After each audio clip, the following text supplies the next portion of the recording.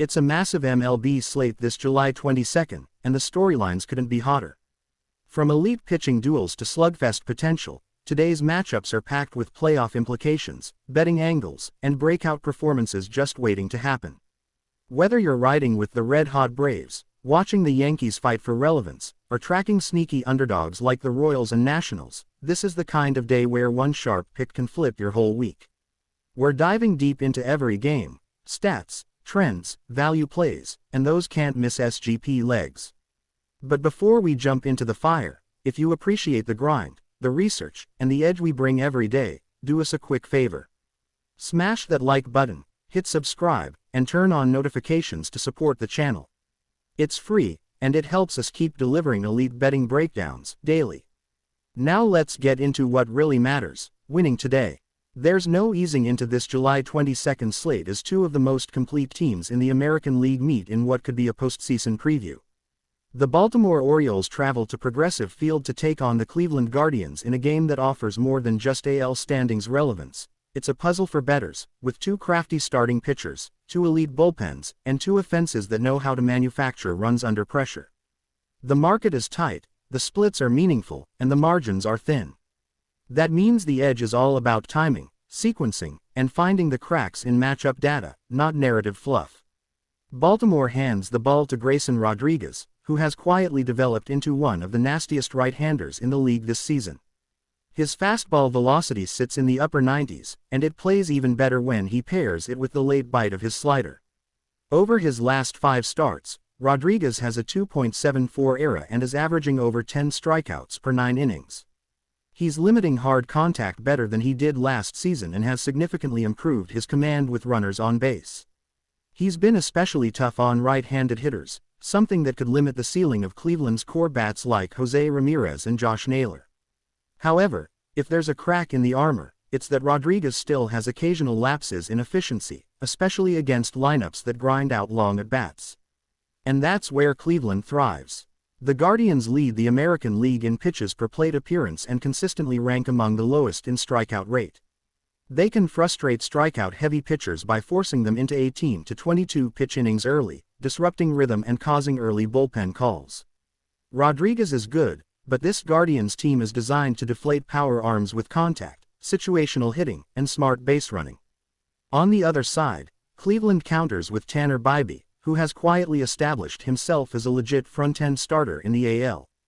Bibee has a 3.29 ERA, but the underlying metrics are even better. His FIP sits around 3.00, and he's allowed just 1 home run in his last 33 innings. What makes Bibee dangerous is his sequencing. He doesn't have overwhelming stuff, but he knows how to pitch backwards, how to get hitters off balance, and how to set up the changeup late in counts. That's critical against a Baltimore lineup that loves to hunt fastballs early and do damage in hitters' counts. Gunnar Henderson, Adley Rutschman, and Anthony Santander are all capable of punishing mistakes, but they also go quiet if they're kept guessing. Bibee has the toolkit to neutralize their timing and keep the game within a run deep into the 6th or 7th inning. Weather conditions in Cleveland should be relatively neutral, with light winds blowing out slightly and no significant humidity issues. Progressive Field can play big at times, especially when pitchers work the corners and force soft contact, and both starters have shown they can do exactly that. That makes this game less about volume scoring and more about efficiency, who can capitalize with men on base, who can protect a 1-run lead in the late innings, and which bullpen can strand inherited runners. Speaking of bullpens, both of these units are elite. Cleveland's pen, anchored by Emmanuel Clase, has been dominant in the late innings. They lead the majors in bullpen eras since the All-Star break and haven't allowed a run in the 7th inning or later in their last 6 games.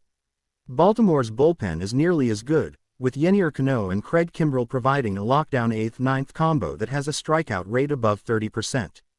If this game comes down to the relievers, don't expect either side to give away anything easy. That's why unders in total bases and late-inning scoring props could be key angles for bettors who play beyond first 5 markets.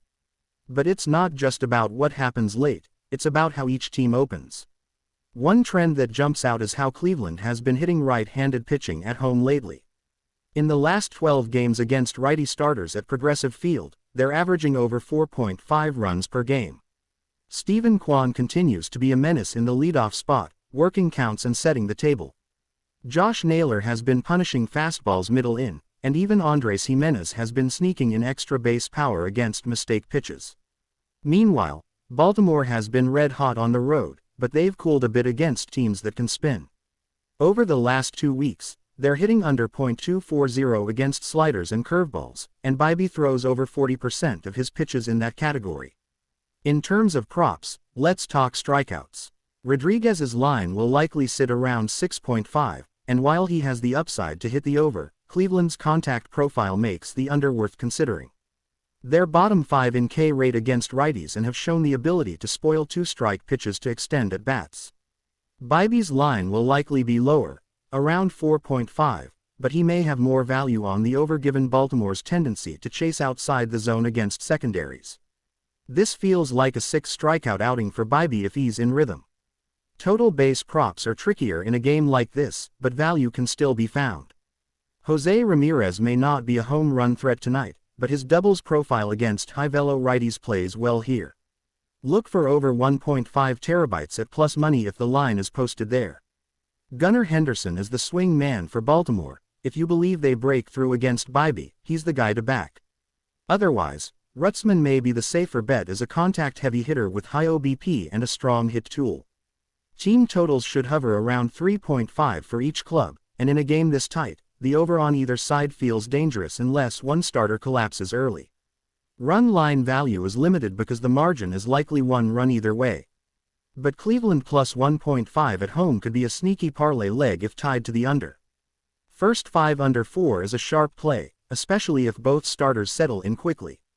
And for those hunting parlays, look at a low-risk SGP combo like Cleveland plus 1.5 plus under 9 plus Bibee 5 plus Ks. That should return in the plus 400 to plus 500 range and correlates well with a tight, pitching-dominant script. Final score prediction: Guardians 3, Orioles 2. Cleveland scrapes out a few early runs with timely 2-out hitting, Bibee navigates through 6 solid innings, and Class A slams the door with a clean 9th. Baltimore threatens late, but Cleveland's bullpen proves too much in a grinder that may be decided by a single swing or defensive gem.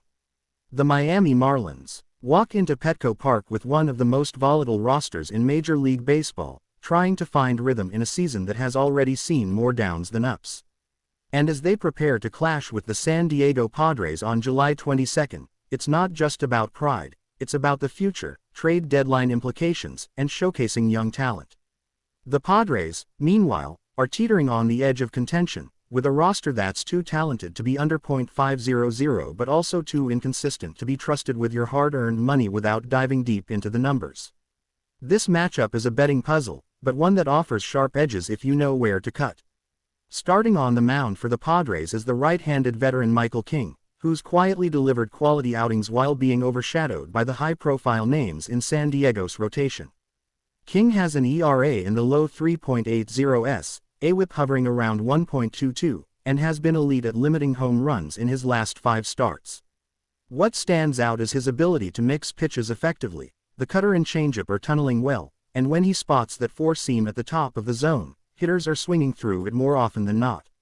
His ZERA and FIP indicate he's not just surviving, he's outperforming expectations in some key spots. In a home ballpark like Petco, where deep fly balls often die at the warning track, King is a premium arm against a Marlins offense that ranks bottom 5 in ops and slugging against right-handed pitching on the road. On the other side, the Marlins will likely counter with left-hander Trevor Rogers, who remains a story of promise and pain. After a promising rookie year, Rogers has struggled with command and pitch location. His ERA this season is hovering in the 4.90s, and his WHIP is dangerously elevated over 1.50.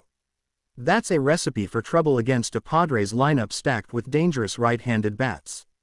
If Rogers can't locate the changeup down and away, and if his fastball command drifts over the middle of the plate, guys like Manny Machado, Fernando Tatis Jr., and Xander Bogaerts are going to eat. This isn't just a talent mismatch, it's a platoon nightmare for the Marlins starter. Looking at recent trends, the Padres have started to find some offensive rhythm at home. Over their last 7 games at Petco Park, they're averaging over 5.5 runs per game, and their ops has climbed to .790 in that stretch. Tatis is finally seeing the ball well again, while Machado has quietly posted a .333 batting average in July. Jake Cronenworth and Jackson Merrill have been providing sneaky value down the order, forcing pitchers to throw more strikes to the top four, and that's a dangerous proposition. The Marlins, on the other hand, have been ice cold at the plate. Over their last 10 games, they've been held to 3 runs or fewer in 7 of those contests. It's not just the lack of power, it's the lack of traffic. They're not walking, not hitting with wrist, and their lineup is filled with guys batting below the Mendoza line. That's not what you want going into a road series. One key edge in this game lies in the bullpens. The Padres' relief corps has quietly become one of the most underrated in the National League. With Robert Suarez slamming the door in the 9th and crafty arms like Enyel de los Santos and Wandy Peralta eating up high-leverage innings, San Diego has a bullpen era under 3.25 over the last 15 games. Compare that to the Marlins' pen, a disaster zone where walks, inherited runners, and late-inning collapses have become the norm. Tanner Scott is overworked, and the rest of the group is allowing hard contact at a rate that's unsustainable. If this game is close after 6 innings, you have to trust San Diego to lock it down. Miami simply hasn't earned that trust. Another underrated factor: base running and defense. The Padres rank top 6 in defensive runs saved and have excellent infield glove work with Kim, Machado, and Cronenworth forming a tight trio. The Marlins have been error-prone, and with their lack of offensive power, those little fielding mishaps become magnified. In close games, defense matters, and San Diego is clearly the more buttoned-up squad. From a betting perspective, the Padres' moneyline is going to be juiced, likely somewhere around -175, which limits its standalone value. But there are still edges. The Padres' -1.5 on the run line offers solid return considering the offensive mismatch and bullpen disparity. You're likely getting around +125 to +135 on that number, which is solid value given King's ability to keep the Marlins quiet. The total is tricky. Odds makers might set this at 8.5 or 9, banking on Rogers to be slightly better than usual and Petco's pitcher-friendly dimensions. But this feels like a game where San Diego scores 6+ on their own. A Padres team total over 4.5 could be the sharpest play on the board, even juiced to -115, it's a worthwhile investment. Player prop angles also stand out. Look for Manny Machado to go over 1.5 total bases. His recent swing path matches up well with Rogers' fastball location, and he's hitting .360 off lefties this month. Tatis Jr. is also a prime candidate for a home run, especially if Rogers leaves a changeup up in the zone. Michael King's strikeout prop is another target. Set at 5.5 or 6.5, you can lean over based on Miami's K% against right-handers, which ranks among the worst in baseball over the last 30 days. Final score prediction: Padres 6, Marlins 2. This game has all the markings of a slow bleed, not necessarily a first-inning explosion, but a methodical San Diego win built off smart at-bats, steady pitching, and bullpen shutdowns. The Marlins' offense simply isn't trustworthy right now, and Rogers is not the guy you want on the road in a hostile environment with few weapons behind him. San Diego is looking to climb back into the wild card picture, and these are the games they must dominate, and they will. The Pittsburgh Pirates and Detroit Tigers may not be the most glamorous matchup on the July 22 MLB slate, but for serious bettors and baseball tacticians, this interleague clash offers some real edge. What we have here is a scrappy Pirates squad that continues to grind out tough innings despite inconsistencies in their lineup, facing a Tigers team that's trying to claw its way back into relevancy behind an emerging pitching staff and timely hitting. Both clubs have spent the year hovering around mediocrity, but when you dig into the numbers, there's more to uncover than just .500 baseball. The game takes place at Comerica Park, where Detroit's pitchers have performed noticeably better than on the road, and that's the first layer of this intriguing contest to dissect. Let's begin with the Pirates. Jared Jones gets the start, and there's no question this young righty has been one of the bright spots in an otherwise frustrating season for Pittsburgh. Jones enters the game with a 3.71 ERA, a 1.18 WHIP, and a strong 111.25 K/BB ratio across 104.2 innings. He's shown good swing and miss stuff, especially against right-handed hitters who are batting just .206 against him. The Tigers, meanwhile, have struggled against power fastballs and high-spin breaking balls, the exact kind of profile Jones thrives with. However, it's worth noting that Jones' era away from PNC Park rises to 4.28, and while Comerica is pitcher-friendly, Detroit has quietly been more productive at home in the last 30 days than their season-long metrics might suggest. On the flip side, Detroit will send out Kenta Maeda, and here's where the Tigers might be in trouble. Maeda has been extremely hittable this season, entering with an ERA north of 6.00 and a FIP that doesn't inspire much more confidence. His strikeout rate is down to 7.3 K9, and his fastball velocity has dipped below 90 miles per hour, making him heavily reliant on command and sequencing. Against a Pirates lineup that's seen its young core heat up, most notably Bryan Reynolds and O'Neill Cruz, Maeda could find himself in trouble early if he doesn't locate. Pittsburgh's offense ranks in the middle of the pack overall, but they've been more disciplined lately, ranking in the top 10 in walk rate over the past 2 weeks. That could be a recipe for damage against Maeda, whose walk rate has crept up to 3.5 BB9. One huge factor bettors need to consider is the bullpen disparity between these teams. The Pirates' bullpen, led by David Bednar and Colin Holderman, has a collective ERA of 3.70, ranking them inside the top 12 in the league. Detroit's bullpen, meanwhile, has been wildly inconsistent, posting a 4.41 ERA and allowing far too many inherited runners to score. If this game comes down to the later innings, you have to trust the Pirates' relief corps to hold a lead more than Detroit's. This becomes especially relevant if Maeda gets chased early, something that's happened multiple times over his past 5 starts, where he's failed to complete 5 innings in 4 of them. When we dive into the advanced metrics, Pittsburgh actually has the slight edge in hard hit rate, 38.1% vs Detroit's 36.4%, and barrels per plate appearance.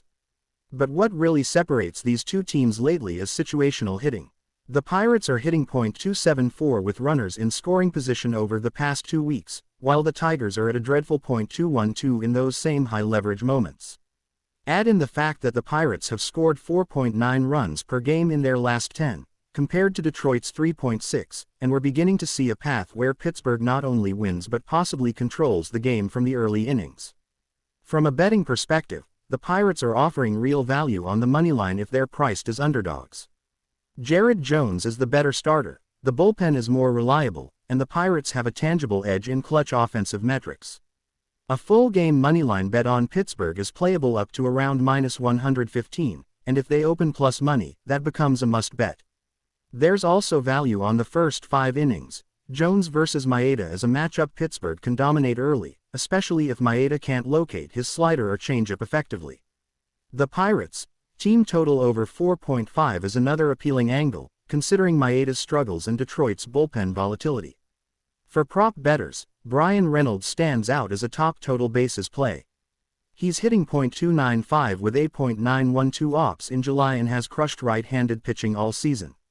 O'Neill Cruz is also a live home run candidate. He's finally looking more comfortable with his plate discipline, and Maeda's declining velocity could make him a target. On the Detroit side, Riley Green continues to be the only reliable bat, and he's worth a look for a hits plus runs plus RBI prop if you believe the Tigers can scratch out a few runs. The total for this game is hovering around 8.5, and that feels sharp. However, if you're leaning under, you're putting a lot of faith in Maeda surviving more than 5 innings. That's risky. The over makes more sense given the conditions: warm Midwest temperatures, 2 vulnerable bullpens in terms of depth, and a Pirates team that's been one of the most profitable overs teams in July. If the wind is blowing out at Comerica, which it often does in the afternoon, the over becomes even more attractive. To wrap it up, the Pirates are the sharper side. Jared Jones has frontline potential and should keep the Tigers off balance with his mid-90s fastball and tight slider. Maeda's fading stuff and Detroit's cold bats make the Tigers difficult to trust. Pittsburgh also has the bullpen edge and is more productive situationally at the plate. Your best bets are the Pirates ML and their team total over. If you want to go aggressive, parlay them together and sprinkle on a Cruz home run. The final score prediction: Pirates 6, Tigers 3. Let's cash in on the edge before the lines adjust. The fireworks at Fenway are inevitable when the Philadelphia Phillies head to Boston to clash with the Red Sox in a high-octane interleague battle. This matchup is a pure hitter's paradise. 2 teams built to slug, armed with MVP-caliber talent, versatile lineups, and aggressive approaches at the plate. But this game isn't just about power versus power, it's a nuanced chess match between the Phillies' methodical depth and Boston's youthful explosion. As the second half of the season hits full throttle, every at-bat, every pitch, every swing carries postseason implications, especially for a Red Sox team clawing to stay afloat in a brutal AL East. So let's break down everything that matters: matchup stats, pitcher profiles, betting angles, total base props, and final score predictions. Let's start with the mound duel. The Phillies are sending out Ranger Suarez, one of the league's most underrated weapons this season. With a 10-3 record and an ERA hovering around 2.90, Suarez has been surgical in limiting hard contact. His ground ball rate sits near the top of the NL, and when he's locating that sinker and mixing in his backdoor slider, he's almost impossible to square up. The Red Sox lineup, as dangerous as it is, has struggled mightily against left-handed pitching this season, hitting just .227 as a team in those matchups with a WRC plus well below 95. That's a major red flag when you're going up against a lefty with command like Suarez. He also induces one of the lowest barrel rates in all of baseball, which means the Red Sox will have to string together singles and walks rather than rely on the long ball. Boston will counter with Tanner Houck, who has had an up-and-down season, showing flashes of brilliance mixed with innings where his command just completely disappears. His ERA sits around 3.60, but his FIP fielding independent pitching suggests some luck has been involved, especially when he falls behind in counts. Houck has a nasty splitter that can generate swings and misses, but the Phillies are one of the best in the league at laying off pitches out of the zone. They rank third in walk rate and second in pitches per plate appearance. That could spell a short outing for Houck if his control isn't perfect. On top of that, Bryce Harper, Kyle Schwarber, and Alec Boehm have all posted excellent numbers against right-handed sinkerballers, Houck's primary weapon, which could spell disaster by the third or fourth inning. Let's talk offense. The Phillies have scored the second most runs in the National League this season, and they do it with power and patience. Trey Turner's return has added another layer of speed and chaos to their lineup, and he's quietly slashing .295, .345, .460 in his last 30 games. Harper continues to be the anchor, posting an OPS north of .950, and his plate discipline gives fits to pitchers who rely on swing and miss. Alec Boehm leads the team in RBIs and has become one of the most consistent contact hitters in the National League. The real key though, Nick Castellanos, who's finally heating up in July with 5 homers in his last 10 games and a slugging percentage over .600 in that span. If Castellanos is seeing the ball well, this Phillies lineup becomes nearly unpitchable. Boston's offense isn't to be slept on though. Jarren Duran is having a breakout season, sitting among the AL leaders in doubles and stolen bases. Rafael Devers remains a consistent home run threat, especially at home where his slugging numbers spike by nearly 60 points. The X factor for Boston though is Tristan Casas, who has returned from the ill and looks like he hasn't missed a beat. If Casas can provide that thump behind Devers, it changes the entire complexion of this game. However, with Suarez's ability to neutralize left-handed hitters and Boston's lack of right-handed power outside of Connor Wong, they'll need to be surgical with their situational hitting, something they've struggled with all season. From a bullpen perspective, the Phillies have the clear advantage. With Jeff Hoffman, Jose Alvarado, and Seranthony Dominguez all throwing upper 90s and generating strikeouts at an elite clip, this is a top 5 bullpen in terms of ERA and WHIP. The Red Sox pen has improved but remains inconsistent, especially in tight, high-leverage spots. If this game comes down to a battle of bullpens, you have to trust the team that has closed out more one-run games and has a bullpen ERA under 3.30.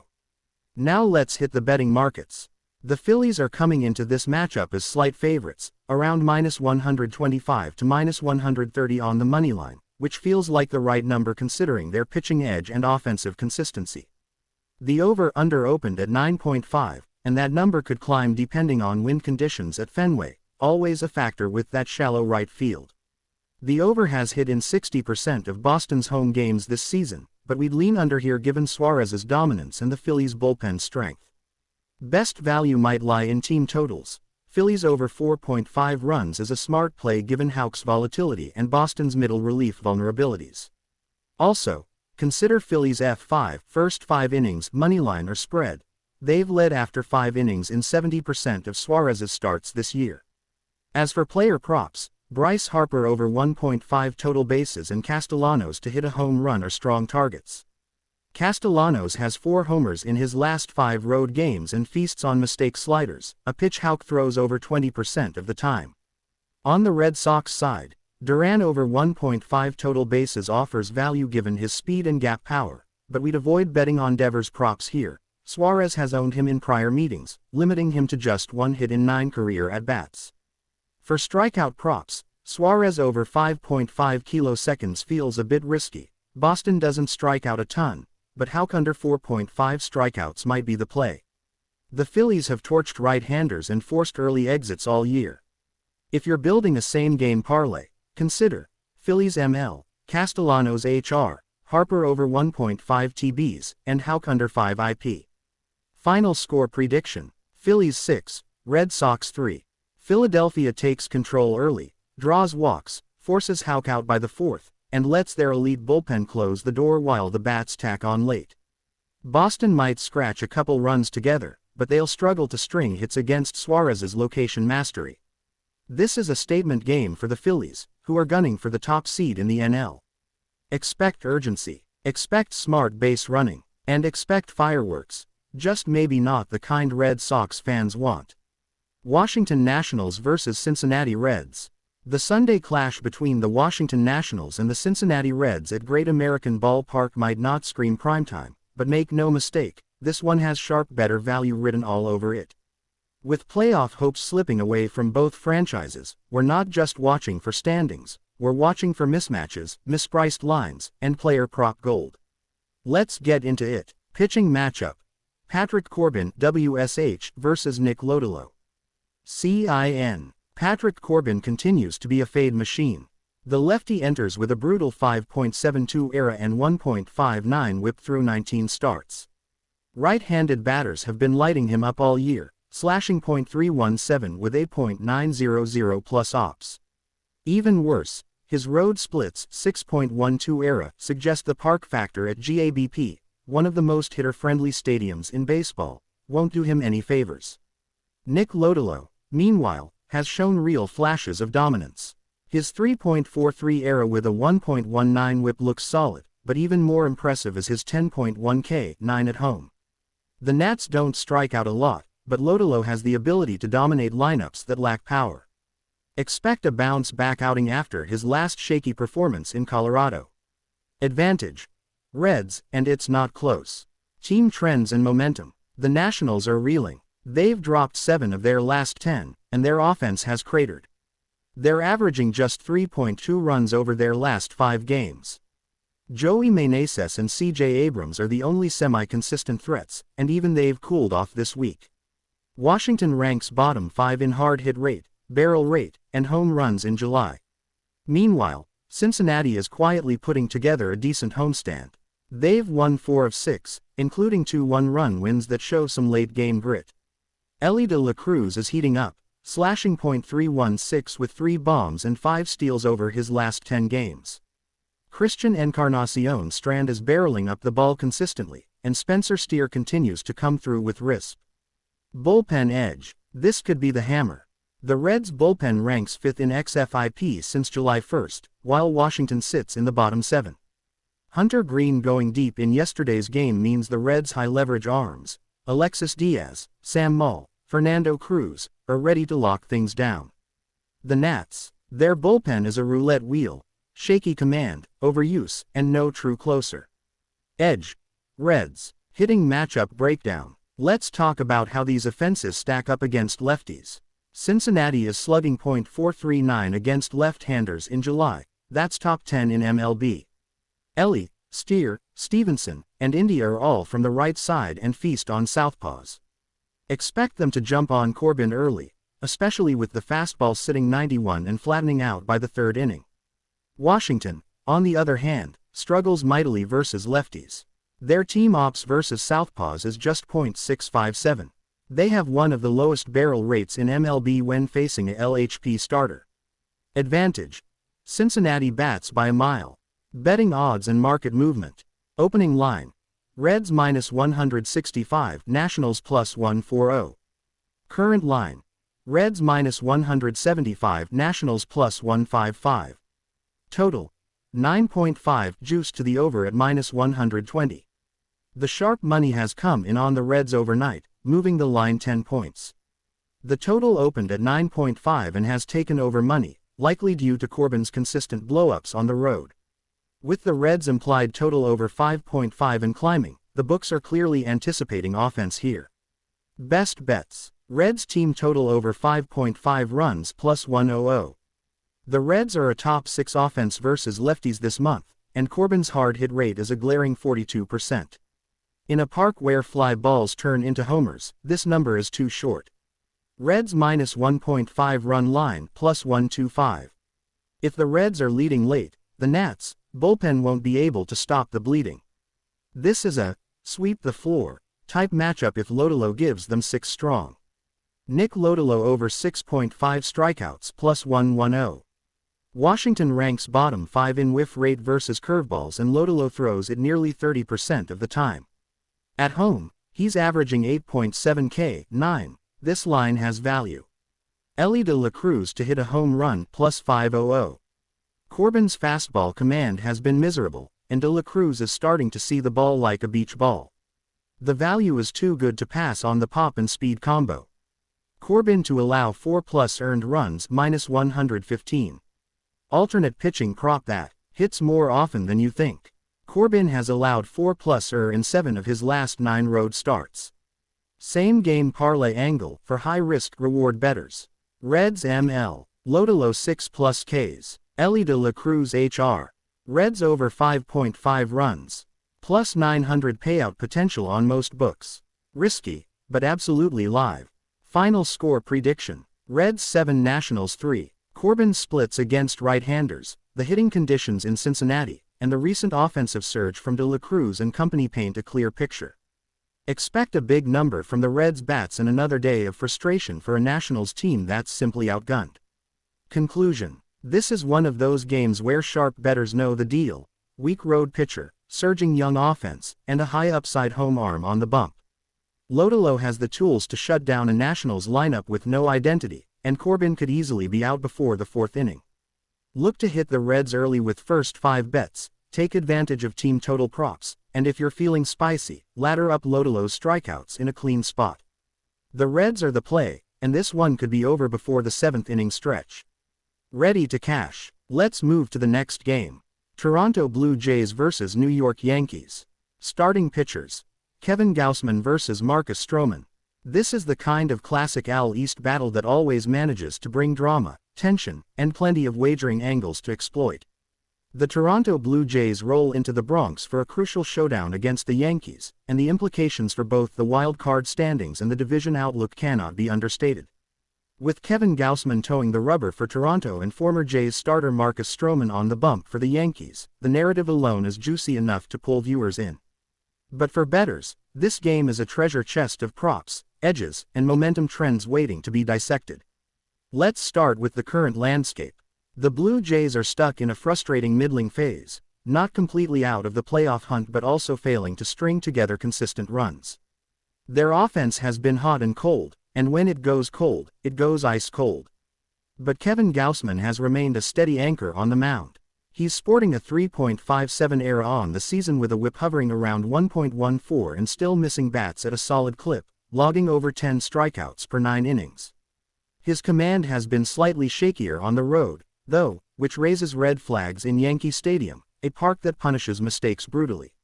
Now across the diamond, the Yankees have looked far more locked in post-All-Star break.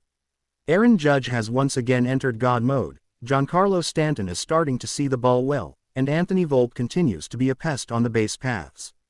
The Yankees have climbed back to the top of the AL East, and they've done so behind both offensive muscle and a sneaky good rotation. Marcus Stroman has had a bounce-back year, pitching to a 3.21 ERA with elite ground ball rates and pinpoint location on his two-seamer and cutter combo. But he has had occasional blow-ups when facing power-heavy lineups, something the Blue Jays are capable of providing if their bats wake up. In terms of head-to-head data, these teams know each other very well. Gausman has faced the Yankees 3 times this season and owns a respectable 3.65 ERA against them, though he surrendered 4 homers over just 17 innings in those outings. Judge has taken him deep twice, and Stanton has a .455 OBP lifetime against him. Stroman, meanwhile, has faced Toronto twice this season, allowing 5 runs in 10.2 innings with a pair of homers, both to Vladimir Guerrero Jr., who seems to take these Stroman duels personally.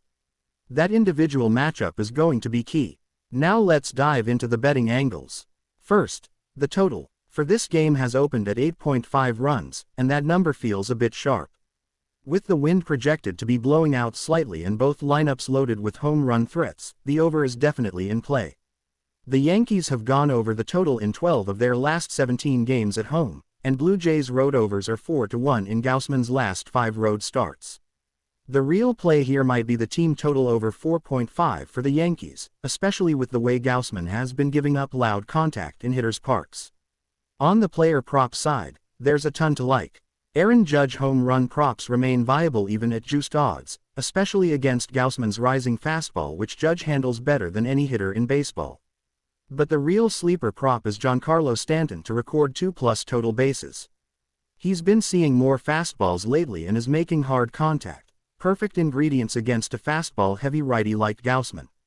Another angle is Anthony Volpe to steal a base, especially if Gausman continues his tendency of being slow to the plate with runners on. From the Blue Jays' perspective, Bo Bichette has quietly had solid numbers in Yankee Stadium, hitting .302 their lifetime with a .535 slugging percentage. His total bases prop should be considered. But the big bat to watch is Vladdy Jr. His numbers against Stroman are elite, and you can feel that extra motivation when he faces his former teammate. If the books are still offering +450 or better on him to hit a homer, that's worth a sprinkle. Now let's look at strikeout props. Kevin Gausman's strikeout line will likely be set around 6.5, and that's a tough call. The Yankees are striking out less post-break and Gausman hasn't been as dominant in road starts. It might be safer to fade the over or look for an alternate line at 5+ if the value is good. On the flip side, Stroman's strikeout prop is usually in the 4.5 range, and that's worth exploring for the under. The Blue Jays have the 6th lowest K% in baseball against right-handed pitchers over the past month. For bettors building SGPs or parlays, here's the sharp blueprint. Yankees ML, Judge to record a hit, Stanton 2+ total bases, and Volpe to score a run. That builds a nice game script-focused parlay that correlates well and offers upside. If you're feeling spicy, add Vladdy Jr. to hit a home run as a hedge against the Stroman meltdown narrative. Injury-wise, both teams are mostly healthy, but it's worth watching any late news on Alejandro Kirk for the Jays, who's been dealing with a wrist issue. His absence would lower Toronto's run creation potential and bump Yankees pitchers slightly in projections. To wrap it all up, this is a massive spot for the Yankees to assert dominance at home and for Marcus Stroman to stick it to his former team. The Yankees' current form, elite bullpen ranked second in ERA post-break, and home field advantage lean this game strongly in their favor. But the Blue Jays' power and Gausman's strikeout upside keep it close. Expect fireworks. Final score prediction: Yankees 6, Blue Jays 4. Best bets: Yankees ML, over 8.5 total runs, Stanton 2+ total bases, Vladdy Jr. HR prop. Props to watch: Judge HR, Volpe SB, Gausman under 7.5 kiloseconds, Bichette over 1.5 terabytes. New York Mets vs. Los Angeles Angels. This Sunday matchup between the New York Mets and the Los Angeles Angels isn't just a clash of two struggling franchises, it's a laboratory experiment in inconsistency, over-reliance on name value, and the desperate search for reliable offense. While both teams enter this game outside the playoff picture and buried in their respective divisions, the betting market offers angles we can absolutely exploit, if you know where to look beneath the surface-level narratives. This one sets up as a perfect storm for total base props. Late-inning bullpen fades, and a sneaky over angle at the right number. Let's start with the Mets. It's been a year of frustration for New York, with the offense never fully clicking and the rotation a revolving door of underperformers. But recently, we've seen signs of life. Starling Marte has looked rejuvenated at the plate, and Pete Alonso, despite streaky numbers, remains one of the most dangerous right-handed bats against left-handed pitching. The Mets will likely face a southpaw here in Patrick Sandoval or a bullpen-heavy day if the Angels try to piece things together. Either way, this is a green light matchup for Alonso, and we'll be targeting his total base and home run props. In addition, Francisco Lindor has quietly been one of the best hitters in July across the National League and matches up well against changeup-heavy arms like Sandoval. As for the Angels, this is a team caught in identity limbo. Without Mike Trout for most of the season and Shohei Ohtani now a Dodger, the Angels have turned to Zach Neto, Nolan Schanuel, and Logan O'Hoppe to fill the offensive void. And while those young players have promise, they haven't provided consistent production. That said, Taylor Ward remains a dangerous bat and could be a quiet asset in this matchup. His power versus right-handed pitching has been a bright spot. He'll face Mets starter Tyler Megill, who owns a disastrous road ERA of 7.31 this year and has allowed 8.293 batting average against in away starts. Megill's command has faltered late in counts, especially against righty bats, making Ward and even Joe Adell legitimate prop options. What about the bullpens? The Mets' relief corps has been heavily worked over the last 10 days, especially with their starters rarely getting into the 6th inning. Their bullpen ERA sits just under 5.00 since the All-Star break, and Adam Ottavino has been wildly inconsistent in late-game roles. The Angels aren't much better, and while Carlos Estevez has retained the closer role, his velocity dip and command issues have allowed multiple blown saves. This sets up nicely for potential live over spots, particularly if the total stays under 9.5. Let's also discuss the ballpark angle. Angel Stadium has played much more neutral this season, with power to left center field being the most reliable home run alley. That plays perfectly into the profiles of Pete Alonso and Lindor, both of whom thrive in that pull power gap. For the Angels, Adell and Ward will benefit from Megill's inability to elevate his fastball when ahead in the count. Now let's get into the core picks for this matchup. First, the total base market is offering strong value on Pete Alonso at over 1.5 terabytes. He's hitting .290 against lefties this season with an isolated power number north of .300, and the Angels starter has allowed hard contact on over 41% of batted balls. This is a prime opportunity for Alonso to cash early. On the Angels side, Taylor Ward's over 0.5 RBI prop is sitting near plus 160, and that's undervalued. He's projected to hit third in the lineup and should get at least 2 plate appearances with runners in scoring position against Megill or the shaky Mets pen. Strikeout props offer some upside here as well. Megill's strikeout total will likely be posted at 4.5 or 5.5, and while the Angels have a tendency to chase out of the zone, Megill rarely goes past the 5th inning.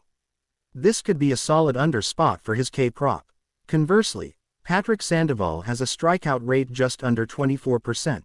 And while the Mets don't whiff much, they do struggle against off-speed stuff, especially when hitting from behind in the count. Sandoval's over 5.5 strikeouts might offer plus money value depending on the book. From a full game angle, this feels like a spot to take the Mets early and the over late. A Mets first 5 moneyline or team total over 2.5 in the first 5 innings is a sharp angle here. They've been significantly better against lefties than righties, and Alonso's power should tilt the early scoreline. For the full game, a live over bet around the 6th or 7th inning makes sense, especially if the game remains within 2 runs. Neither bullpen has the shutdown stuff to suppress late scoring. If you're building a same-game parlay, the formula here is straightforward. Alonso 2+ total bases, Taylor Ward to record an RBI, and the over 8.5 runs. You'll likely get a return north of plus 600 on that combo, and each leg carries individual value. You could also consider alternate hit markets for guys like Francisco Lindor or even Starling Marte, who's been a base-stealing threat and high-contact hitter in recent matchups. Final score prediction: Mets 6, Angels 4. Expect early fireworks, a home run or 2 from the Mets' power core, and late-game scoring off tired bullpens. It won't be pretty baseball, but it will be profitable if you're on the right side of the matchups. Stay locked into the board, don't chase early results, and keep a close eye on bullpen usage from Saturday night's game. This one has value hiding beneath the surface, and the edges lie in the prop markets and team totals. Use discipline, stick to the data, and attack the soft spots in this game from both ends. Let's head to Oracle Park in San Francisco, where the Atlanta Braves and the San Francisco Giants lock horns in what should be a compelling National League clash. First pitch is scheduled for 4:05 p.m. Eastern Time, and this one carries significant weight for both teams who are trending in opposite directions in the second half of the season. The Braves continue to assert themselves as a postseason powerhouse even without Ronald Acuna Jr., while the Giants are clawing to stay relevant in the wild card chase. But beyond just the standings, this game is a treasure trove for bettors looking for sharp angles, exploitable lines, and player prop value. The probable pitching matchup features Reynaldo Lopez for the Braves against veteran right-hander Logan Webb for the Giants. Lopez, who has transitioned seamlessly into a starting role for Atlanta, comes into this one with a 2.44 ERA, a whip under 1.10, and an ability to pound the strike zone early with electric velocity. His opponents are hitting just .209 against him, and he's posted a swinging strike rate of 12.8%, solid for a guy who was once a middle reliever. In his last 3 outings, Lopez has been rock solid, allowing only 4 earned runs across 19.2 innings while striking out 21. He mixes a lively four-seamer with a devastating slider that has generated a 35% whiff rate since June. Across the diamond, Logan Webb has been the ace of the Giants staff this season with a 3.12 ERA, a 1.17 whip, and a high ground ball rate that helps him pitch deep into games. At home, Webb has been dominant, sporting a 2.81 ERA at Oracle Park with a sub-1 whip and a 5.1 strikeout-to-walk ratio. That's especially important against a Braves offense that still features power in the likes of Matt Olson, Austin Riley, and Marcell Ozuna. One red flag for Webb, however, is that Atlanta's current roster has a .309 career batting average against him over 55 plate appearances, and while that's a small sample, it indicates they see his stuff pretty well. On the offensive side, the Braves have started to hit their stride again. In their last 10 games, they've averaged 5.7 runs per contest, with Riley hitting .342 and Ozuna leading the NL in home runs since the All-Star break. Ozzy Albies has also looked more comfortable at the plate, and Atlanta's lineup is deep even without Acuna. They rank top 5 in slugging and isolated power versus right-handed pitching, which spells potential trouble for Webb if he doesn't keep the ball on the ground. Meanwhile, the Giants' offense has been inconsistent at best.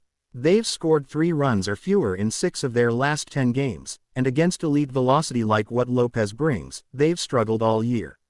The Giants rank 24th in MLB in batting average against pitches 95 miles per hour and above and are 26th in strikeout rate against right-handed pitching. That could lead to a long afternoon for San Francisco unless guys like Wilmer Flores or Thairo Estrada can deliver with runners in scoring position. Let's talk bullpen. Atlanta's relief corps ranks 3rd in ERA and 4th in WHIP since the beginning of July. Raisel Iglesias has been lights out in save situations, while Joe Jimenez and A.J. Minter are punching tickets in the 7th and 8th. The Braves are one of only 2 teams this season to have a bullpen ERA under 3.00 on the road. The Giants, on the other hand, have a bullpen ERA north of 4.60 over the last 3 weeks and have blown 22 saves this year, tied for the most in the NL. Camilo Doval remains a strong closer, but the bridge to get to him has been leaky. From a betting angle, this game opens with the Braves slightly favored on the money line at around -120, while the total sits at 8.0.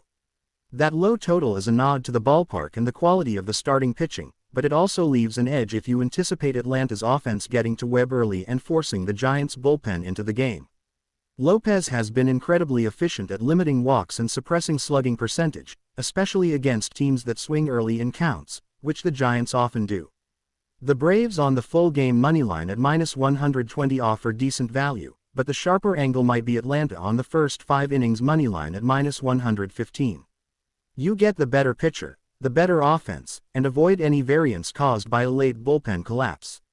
The Braves are 4-2-2-0-3 on the F5 mega leaders this season when Lopez starts an 11-3 in their last 14 road games when leading after 5. For the total, this feels like a sneaky over. While Webb is strong at home and Lopez has been efficient, the Braves' bats are heating up and the Giants' bullpen is unreliable. A 5-4 or 6-3 type game is in play here, so the over 8.0 at even money, plus 100, could be worth a sprinkle, especially if the weather conditions are favorable for hitters. Player props. Let's lock in on Matt Olson to go deep.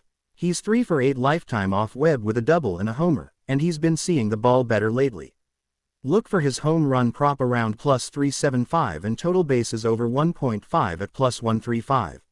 Marcell Ozuna is another target. He's hitting .298 with a .621 SLG versus righties on the road and gets a good matchup with Webb's sinker.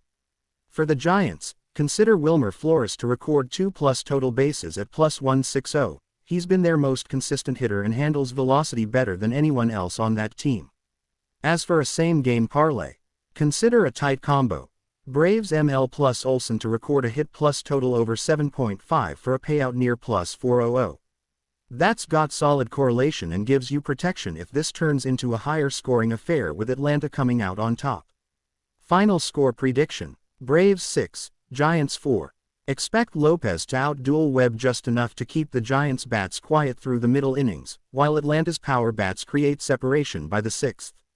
San Francisco may scrap together some late runs, but not enough to flip the outcome. Stick with the hotter team, the sharper bullpen, and the better lineup. Atlanta takes Game 1 in the Bay. We're diving deep into Game 9 of Sunday's MLB slate, the Tampa Bay Rays squaring off against the Chicago White Sox at guaranteed rate. Field. On the surface, this might seem like just another matchup in the long season grind, but if you're reading between the lines, this is a massive opportunity for sharp bettors and prop hunters. The Rays are a team clawing at every edge they can find in the tight AL East, while the White Sox, despite a forgettable season, are mixing up their roster and playing spoiler with reckless abandon. And this one, with the pitching matchup and offensive splits, offers some sneaky value under the hood. First, let's break down the pitching. Zach Eflin is projected to get the ball for the Rays. He's been a dependable arm for Tampa, entering with a 7-6 record and a 4.18 ERA, but his peripherals suggest he's been better than the surface stats imply. He boasts a stellar walk rate, limiting free passes with precision. In fact, his BB9 is under 1.3, and he's been especially efficient when facing right-handed hitters. Chicago's projected lineup, heavily right-handed, that gives Eflin a situational edge here, and that's where your first prop angle comes in. His outs recorded or pitching outs might be worth attacking if set below 18.5. Meanwhile, the White Sox counter with Eric Fedda, who's been a surprising bright spot on an otherwise bleak staff. Fedda, a former Nationals prospect, has reinvented himself this year with a new approach, mixing in more cutters and pitching to contact. His 3.23 ERA is one of the few positive stories in the South Side. But don't let that number fool you. His ZERA sits closer to 4.10, and his barrel rate has been creeping up.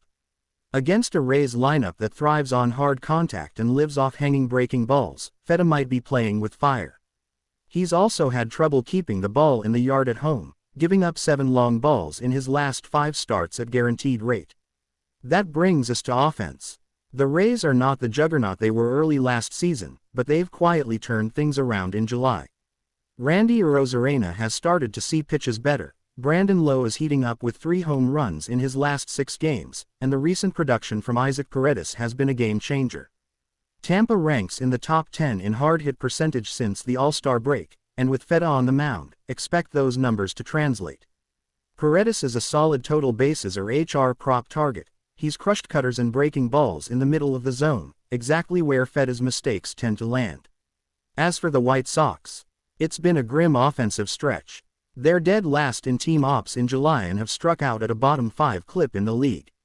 Luis Robert Jr. remains out, and Yoan Moncada just returned but is still searching for timing. The one bat to monitor: Gavin Sheets. If you're looking for a deep-cut prop target, Sheets against Eflin might be the only shot at some offensive upside for the Sox. But for full game run expectancy, don't hold your breath. Let's talk totals and team angles. The full game total is sitting at 8.5 across most books, with slight juice to the under. But here's the play: isolate Tampa's offense. The Rays team total is likely to be 4.5 or lower, and that's where the edge is. They've averaged 5.1 runs per game against right-handed starters since July 1st and face a pitcher due for regression. Don't overthink it. Tampa team total over is in play. The White Sox fade their team total under 3.5 if books hang that line. Eflin's efficiency and the Rays' elite bullpen (SUB 3.00 ERA over the last 30 days) should limit damage. Let's double-click on that bullpen edge. Tampa's pen is in elite form. Pete Fairbanks, Jason Adam, and Colin Poch have locked down games late, and they lead the AL in WHIP among relievers since the All-Star break. In a tight game or a lead, Tampa can slam the door. Chicago, total opposite story. Their pen has imploded all season, ranking in the bottom 5 in save percentage, inherited runners scored, and late game era. If this game is close late, Tampa's pen gives them a massive leverage advantage. Best bet. There are a couple of angles you can hit here. Start with Rays moneyline if the price is around -150 or better. This is one of those matchups where the public perception might keep the number down. If you're feeling bolder, consider Rays -1.5 on the run line. Also, attack the Rays team total over 4.5 if it's available. Prop-wise, Isaac Paredes over 1.5 total bases is a gem, and Zach Eflin's outs recorded prop, if it's under 18.5, should be green. One more betting nugget, a same-game parlay SGP worth considering. Take Rays moneyline, Paredes to record a hit, and Eflin over 16.5 outs. It's a safe 3-leg parlay that plays into Tampa's strengths and Chicago's glaring weaknesses. Final score prediction. Give me Rays 6, White Sox 2. Tampa cruises on the back of Eflin's command and a bullpen that slams the door. Chicago continues their tailspin and finds no answers against a Rays team pushing toward the wild card. Stay sharp, look for the value hidden in the pitching splits and team momentum. This isn't a blockbuster matchup, but it's the kind of spot-smart bettors take advantage of. Target Tampa's offense, fade the Sox bats, and play into the bullpen mismatch. The Texas Rangers head into Oakland looking to take care of business against a team that has consistently struggled to find traction all season. This game might not have the playoff implications of a Yankees-Red Sox matchup, but it's a crucial spot for bettors looking to exploit a mismatch between two teams heading in very different directions. When the Rangers and Athletics meet, you're looking at one of the clearest divides in the American League, in roster quality, offensive power, pitching depth, and late-game execution. Let's begin with the visiting Rangers, who have quietly put together a solid campaign after a slow start. They're firmly in the wild card conversation and still have eyes on making a late-season push in the AL West if Houston and Seattle stumble. One reason for their recent success. The offense is heating up again. Corey Seager is finally healthy and delivering consistent production from the top of the order. He's hitting .298 in July with 5 homers, showing that trademark gap-to-gap power. Adolis Garcia, despite some early season inconsistency, remains one of the most dangerous bats in the league when locked in. His 22 home runs and .490 slugging percentage speak volumes about his ability to change a game with one swing. The supporting cast, including Jonah Heim and Marcus Semien, gives Texas a deep and balanced lineup that doesn't rely on one or two players to carry the load. What makes Texas even more dangerous in this matchup is their success against left-handed pitching, and that's exactly what they'll face here with J.P. Sears expected to take the ball for Oakland.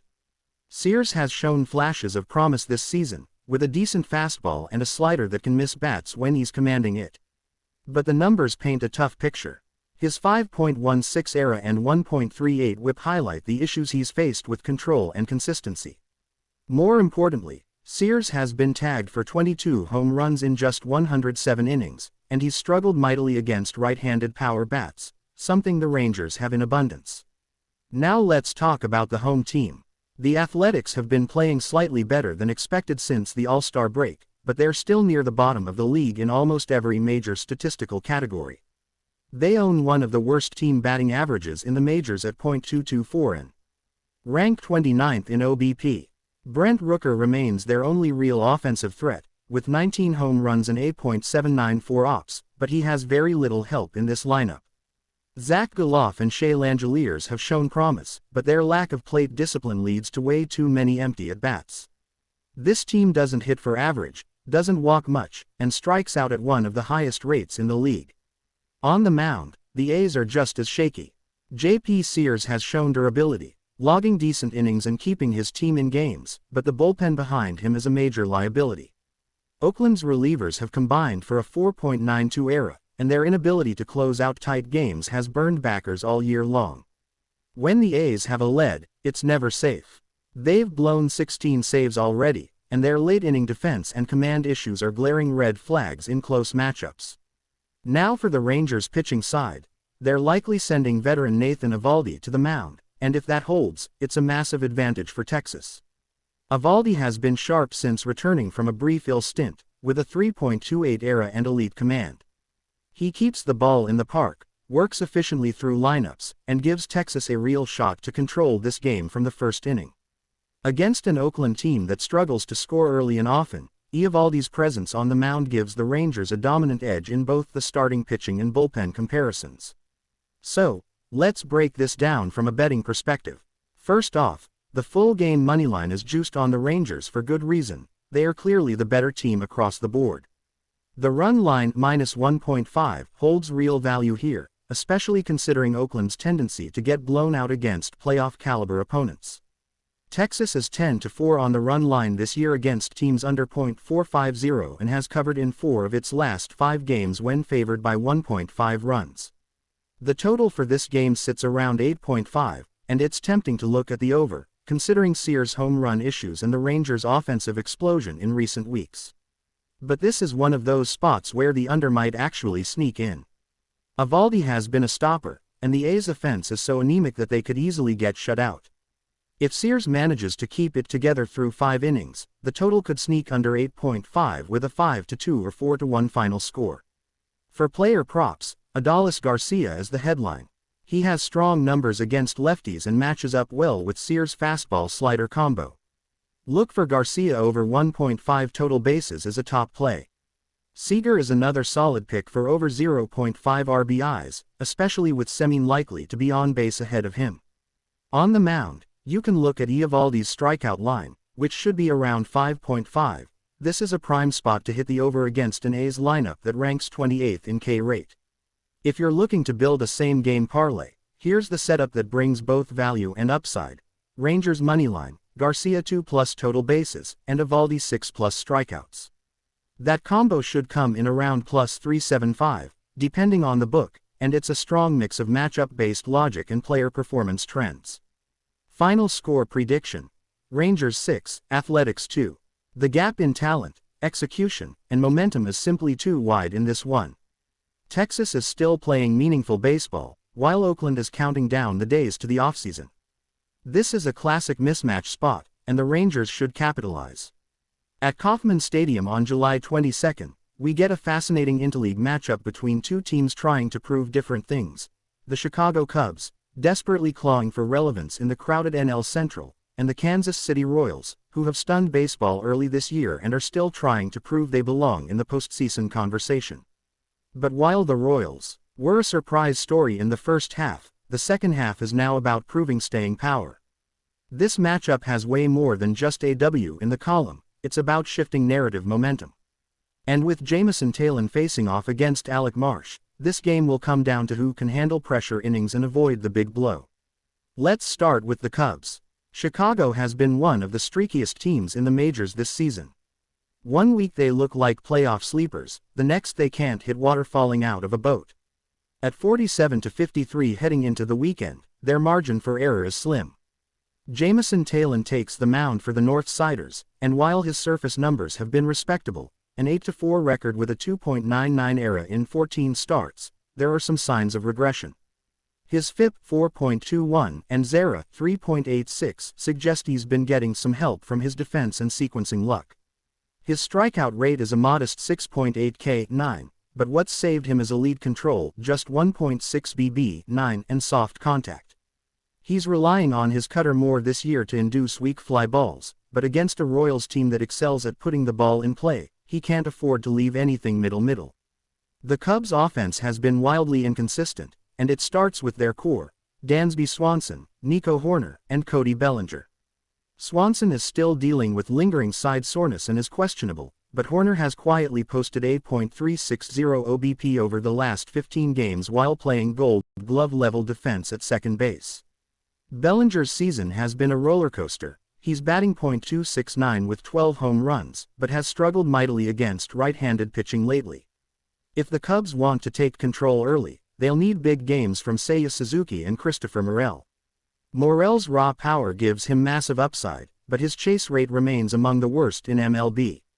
He's the type of hitter that can go 3 for 4 with 2 bombs or strike out 3 times on sliders in the dirt.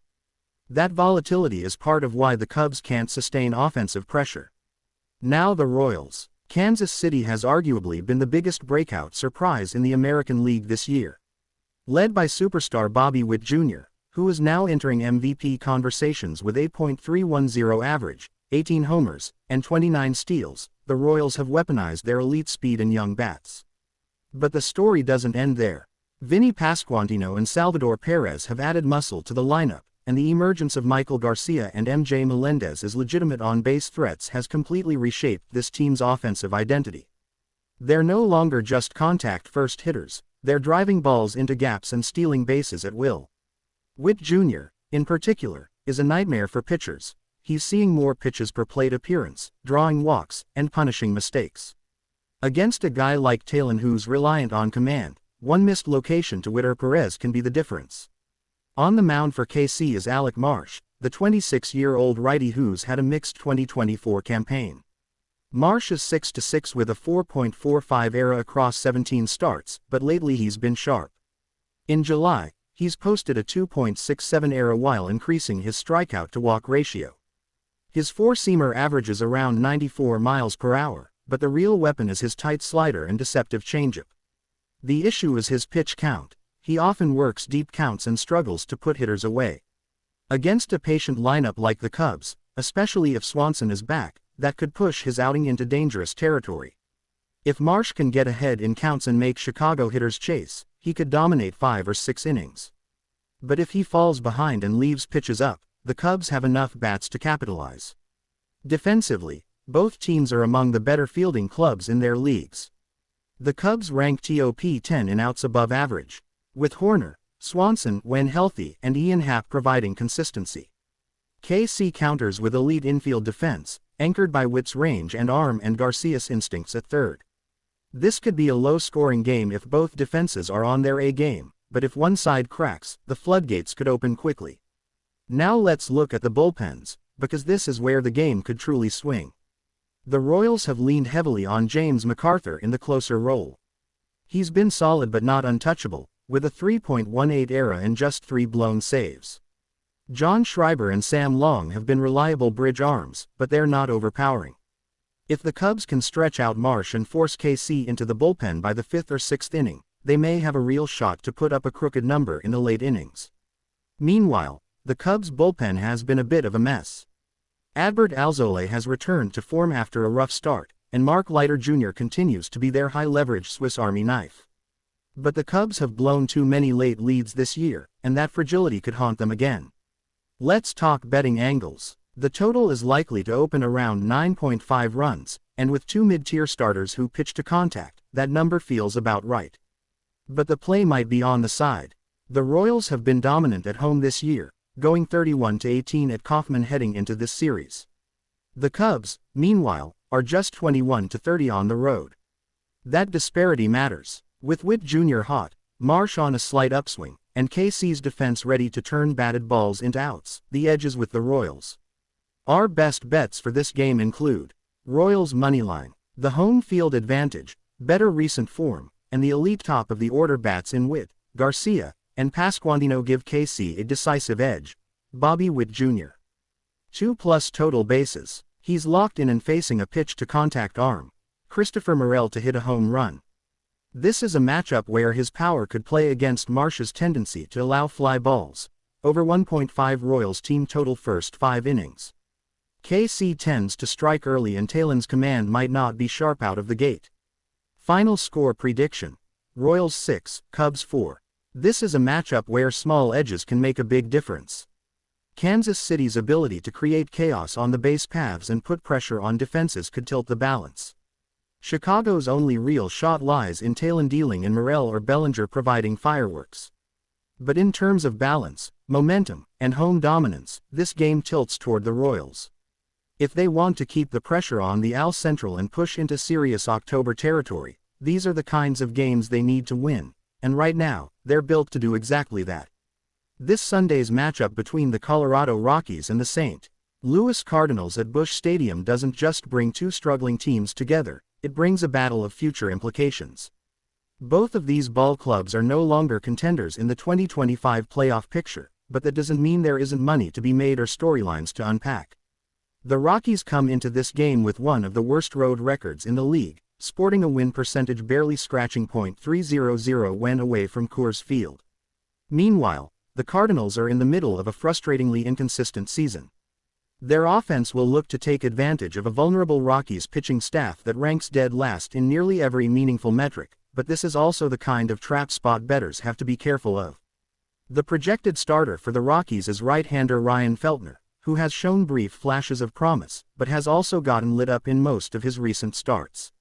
With an ERA hovering near 6.00 and a whip above 1.60, he's struggled to generate swings and misses and often gets himself into trouble early in counts. Feltner's road ERA is a full run higher than his home numbers, and when pitching in hitter-friendly parks like Busch, the danger level spikes.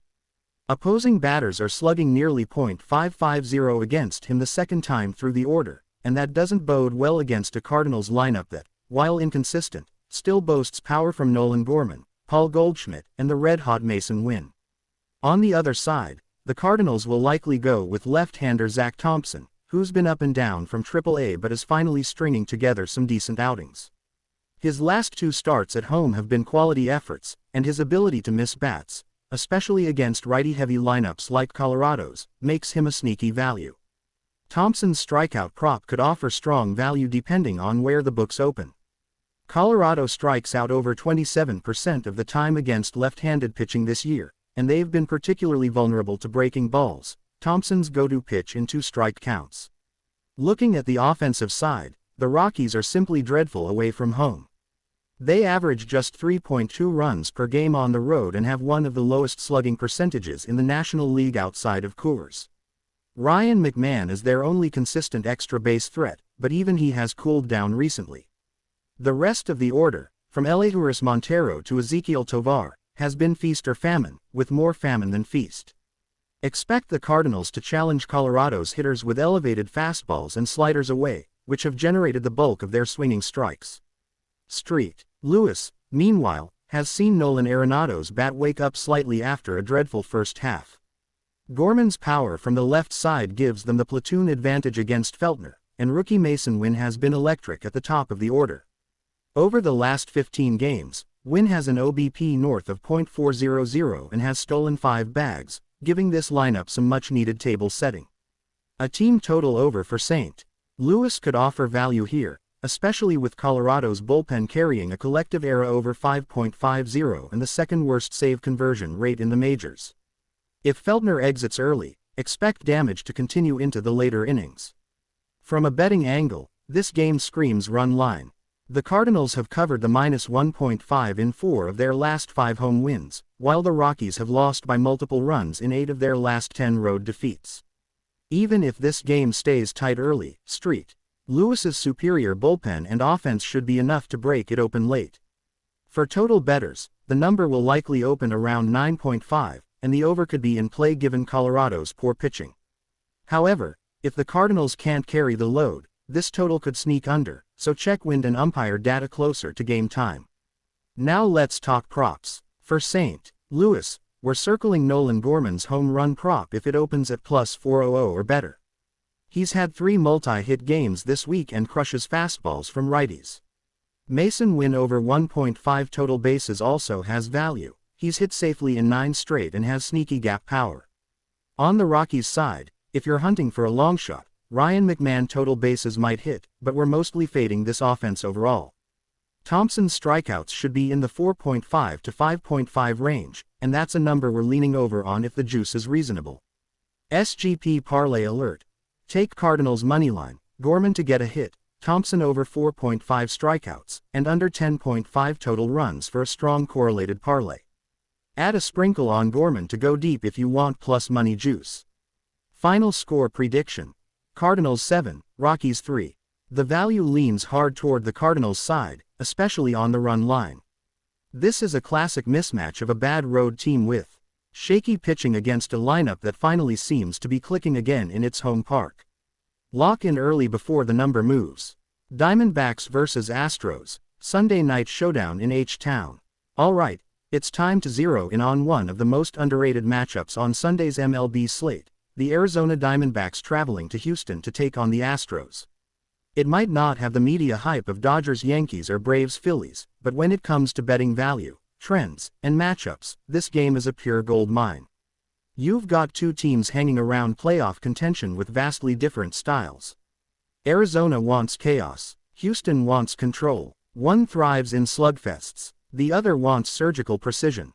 And when those two identities collide under the lights in Minute Maid Park, it's war. Let's dig into why this game matters, who has the edge, and which bets deserve your cash. First, starting pitching. Slade Cecconi versus Ronel Blanco. Let's be clear, this isn't a battle of Cy Young contenders, but it is a high-leverage pitching matchup. Slade Cecconi, 2-6, 5.68 ERA, is holding on by a thread in the Arizona rotation. His strikeout rate is sub-18%, he's allowing 2.1 HR, 9, and his whip sits north of 1.40. That's a recipe for disaster against a Houston team that feasts on bad command and punished 5 different bullpens last week. Cecconi's expected ERA is over 6.00, and he's giving up 8.290 xBA. That's not just bad luck, he's getting hit hard and often. To make matters worse, his road ERA is over 7.00, and this Houston ballpark is not forgiving to pitchers who can't locate. On the other side, Ronel Blanco, 9-3, 2.89 ERA, has quietly been Houston's most consistent arm. His no-hitter early in the season made headlines, but he's sustained that level of command and movement deeper into the year than anyone expected. He's holding right-handed hitters to 8.188 average and has a 0.98 whip at home. Arizona has some lefty thumpers, but Blanco's changeup neutralizes them effectively. Add in the fact that Arizona's ops against righties dips nearly 90 points on the road. This is Blanco's game to control. Lineups and key offensive matchups. Houston is heating up, and the box scores prove it. Jose Altuve is batting .351 since July 1st.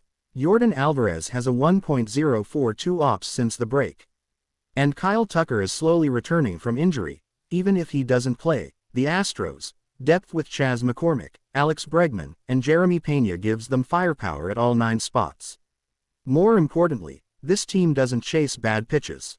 They force walks, wear down bullpens, and punish mistakes. That's a nightmare for a starter like Cecconi, who can't get whiffs and throws a hittable fastball. Arizona isn't toothless, far from it. Corbin Carroll has rediscovered his swing, Christian Walker is a professional run producer, and Ketel Marte is one of the most underrated two-way players in the National League. But here's the problem. Arizona lives and dies by clutch hits in high-variance baseball. They're 28th in ops in high-leverage situations since July 1st.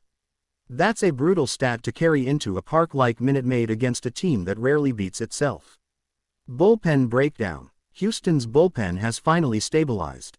Josh Hader is back to being elite with a 0.71 ERA since June. Brian Abreu is striking out 32% of batters faced, and Kendall Graveman is posting elite ground ball rates. It's a bullpen that's healthy, well-managed, and capable of going 4 innings if Blanco gives them 5+ strong frames. That matters in a series finale. Arizona's bullpen, more like Russian roulette. Paul Sewald has been a disaster since returning from injury. Kevin Ginkel's ERA has ballooned in July, and the D-backs bullpen has the 4th highest ERA in baseball over the last 30 days. This is not the group you trust to hold a 1-run lead or navigate heart-of-the-order bats in the 7th and 8th. Trends that matter. Houston is 21-9 in their last 30 home games. Arizona is 2-8 in their last 10 road games versus teams above .500. The Diamondbacks are 1-5 in Cecconi's last 6 starts. Astros are 14-2 in Blanco's last 16 starts at home. Over has hit in 7 of the last 9 meetings between these teams. Best bets. 1. Astros -1.5 plus 125. The value is excellent considering the gap in starting pitching and bullpen quality. Houston's offense will feast on Cecconi early, and the back end will shut it down late. 2. Over 8.5 -110. Cecconi could give up 5+ by himself, and Arizona's offense can still contribute with a couple of bombs off the bullpen. 9+ runs feels right. 3. Yordan Alvarez to hit a home run +360. He's locked in. He sees the ball well at home. And Cecconi throws fastballs over the heart of the plate. This is a tailor-made matchup. 4. Kyle Tucker over 1.5 total bases plus 120. If he's in the lineup, this is a no-brainer. He's roping doubles and finding alleys. Good matchup versus soft right-handers. 5. Slade Cecconi under 14.5 outs minus 125. He won't make it through the 5th. That's not hate. That's the logical read based on matchup, stats, and bullpen desperation. SGP parlay option. Astros ML. Over 8.5. Alvarez HR. Cecconi under 15 outs plus 950 range payout. Final score prediction. Astros 7, Diamondbacks 3. Houston has too much firepower, too much discipline at the plate, and too much depth in the bullpen. Cecconi is overmatched, and the Arizona pen can't clean it up. Expect Houston to strike early, ride Blanco deep, and cash run line tickets with confidence. Let's ride the streak, take the value, and trust the team that's built for July baseball. Let's turn our attention to one of the most intriguing late window matchups on the July 22 MLB slate, the Seattle Mariners heading to American Family Field to face the Milwaukee Brewers. This interleague showdown might not have the same headline flash as Yankees vs. Jays or Braves vs. Giants, but from a betting standpoint, it's a goldmine if you know where to look. These are two playoff-caliber squads in tight divisional races, and with postseason implications creeping into every pitch, the value in this matchup runs deeper than just sides and totals. The Mariners are likely handing the ball to right-hander Logan Gilbert, who's quietly putting together an elite season and continues to fly under the radar despite top 10 AL marks in whip and innings pitched. Gilbert has been a model of consistency, with a 3.20 ERA, 1.05 whip, and a sharp K/BB ratio that shows command and poise in high-leverage spots. More impressively, he's been nails on the road this season, limiting opponents to 8.209 batting average and a SUB 3.00 ERA away from T-Mobile Park. His heavy usage of the slider and elevated four-seam fastball plays particularly well against swing-happy lineups like Milwaukee's. On the other side, the Brewers are expected to counter with Tobias Myers, a young righty who has shown flashes but is still finding his footing at the MLB level. Myers' command issues have led to short outings and a high pitch count early in games. He sports a 4.65 ERA with a 1.40 whip and an elevated barrel rate that becomes a red flag against patient lineups. And that's exactly what Seattle is, a grind-it-out team that ranks top 5 in walk rate since the All-Star break and can wear down starters quickly. Myers will need to be pinpoint sharp with his location or risk getting pulled by the 4th inning. Milwaukee's biggest advantage remains their bullpen. The Brewers have the best bullpen era in the majors over the past month, led by a resurgent Trevor Megill and a lights-out setup core. They shortened the game to 6 innings, which means the Mariners will need to do damage early before that lockdown relief unit comes in. But if Gilbert is dealing, as he often does on the road, we could be in for a 2-1 or 3-2 style grind, exactly the kind of script Seattle thrives in. From an offensive perspective, the edge lies with Seattle right now. Julio Rodriguez is heating up post-All-Star break, slashing .298, .367, .532 with 3 bombs and 7 RBIs in his last 9 games. J.P. Crawford continues to be a spark plug at the top of the lineup, drawing walks and setting the table for the power hitters. Meanwhile, Cal Raleigh is always a threat behind the plate, especially from the left side, a notable advantage given Myers' reverse splits and struggles with left-handed hitters, who are hitting .286 with a .510 slugging against him. The Brewers' offense has been league average at best lately, even with Christian Yelich swinging it well. William Contreras provides thump in the middle, but this team has trouble manufacturing runs when the long ball isn't working. Milwaukee is hitting just .227 over the past 2 weeks and ranks bottom 5 in isolated power since July 1st.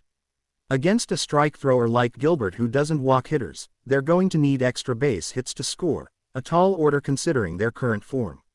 Betting-wise, the moneyline has Seattle sitting around -115, and that feels short for a game where they have the better starter, more consistent offense, and matchup advantages in several key splits. The under at 8.5 runs also deserves a hard look. Both teams are top 10 in staff era over the last 30 days, and neither has been lighting it up offensively. Add in a pitcher-friendly park and 2 lineups that rank near the top in strikeout rate, and we've got all the ingredients for a low-scoring affair. Now for the fun part. Let's talk best bets. First, give me Mariners full game moneyline at -115 or better. Logan Gilbert has the advantage on the mound, and Seattle's recent road form, 7-3 in their last 10 away, bodes well. Second, let's hit the under 8.5. This has the feel of a tight, low-scoring contest decided by 1 or 2 timely hits. For props, JP. Crawford over 0.5 walks is a sneaky value angle given Myers' command issues. And for a long shot, Julio Rodriguez to homer at +450 is worth a sprinkle. He's been barreling everything and has a favorable matchup against Myers' mediocre fastball. Looking for a parlay angle? Consider SGP legs of Mariners ML plus Julio Rodriguez 2+ total bases plus game under 9. That gives us correlation across all fronts. If Seattle wins and Julio contributes, it likely means a close game with under-friendly scoring. And don't sleep on the live betting window either. If Gilbert looks dominant through 3 and Myers' pitch count climbs early, the value may only increase in-game. Final score prediction. Mariners 4, Brewers 2. Seattle gets to Myers early, Gilbert shoves through 7 innings, and the bullpen barely hangs on despite a late push from Milwaukee. A playoff-style victory in July that boosts Seattle's AL West push and gives us several angles to cash. This one right here might just be the sleeper banger of the day. The Los Angeles Dodgers heading into Minneapolis to take on the Minnesota Twins. 2 clubs sitting in playoff position, 2 teams with different identities but the same goal, prove they're more than paper contenders. The Dodgers have been here before. They've built dynasties, hung banners, dominated the regular season for over a decade now. But the 2024 version of LA looks a little different. There's youth, inconsistency, and vulnerability. Meanwhile, the Twins, they're growing into something special. They don't always get the spotlight, but don't mistake that for weakness. With some serious power, elite defense, and pitching that's quietly locked in, this Minnesota squad is playing some of their best ball right now. So let's dig into this National League versus American League showdown and break it all down.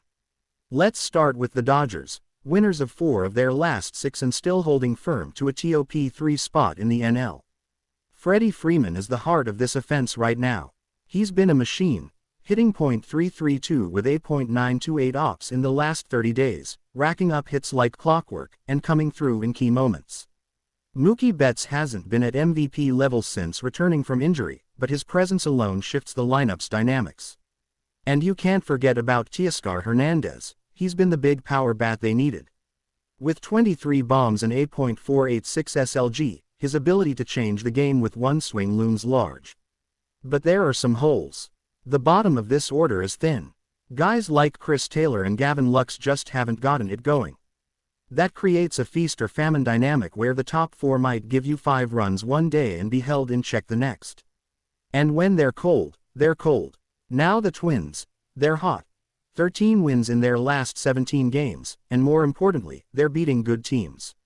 Carlos Correa is finally looking like the guy they paid big bucks for. His glove is still elite, but he's also heating up at the plate. 4 homers in his last 15 games, and his OBP is climbing fast. Royce Lewis, when healthy, has been the spark plug. He brings swagger, clutch power, and underrated athleticism. The kid's a gamer. And don't sleep on Ryan Jeffers. He's been one of the best offensive catchers in baseball this season, and his right-handed bat plays perfectly against Law's lefty-heavy rotation. Speaking of which, the Dodgers are expected to send James Paxton to the hill. And if you've been watching lately, you know that's been a coin flip. Paxton's got a 4.53 ERA on the season, and in his last 3 starts, he's given up 13 earned runs in just 14 innings. His fastball doesn't have the same ride it used to, and his command's been slipping, especially early in counts. Against a team like Minnesota, which punishes mistake pitches early, that's dangerous. The Twins will likely counter with Joe Ryan, who's quietly been one of the more efficient arms in the AL. His whip is an excellent 1.05, and he's got 119 strikeouts in just 108 innings.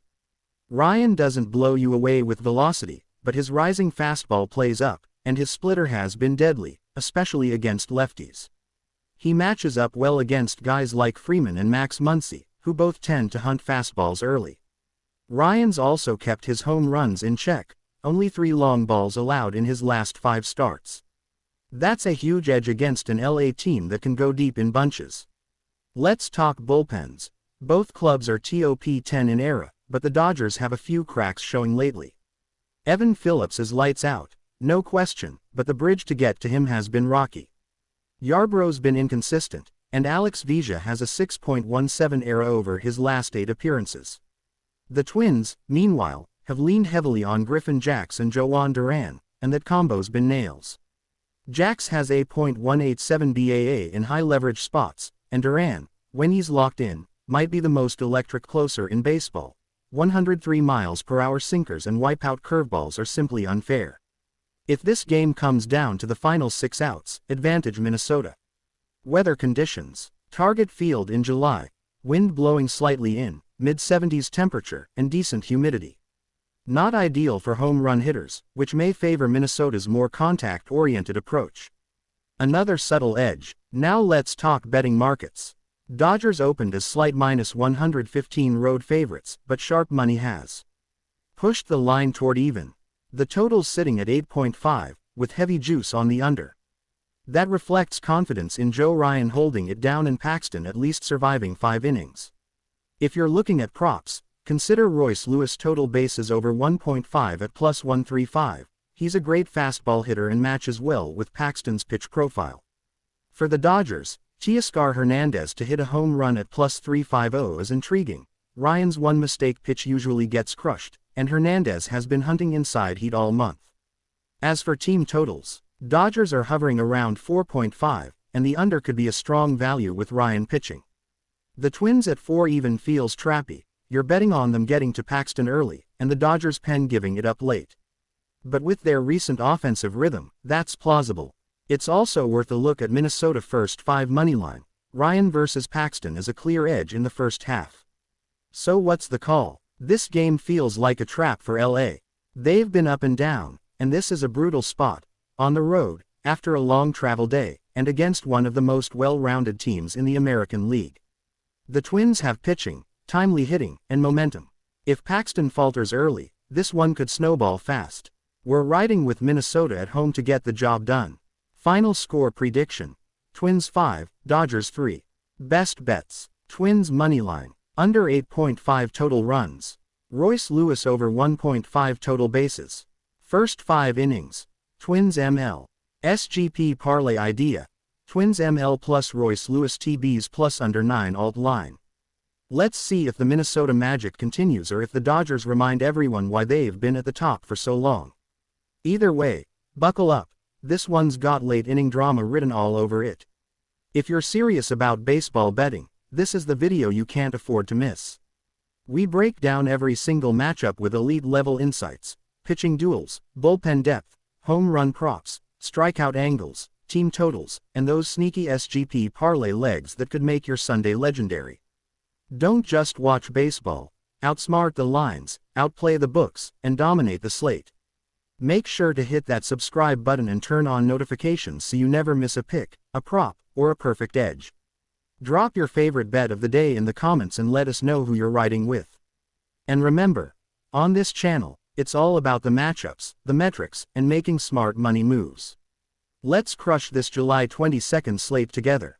Let's get it.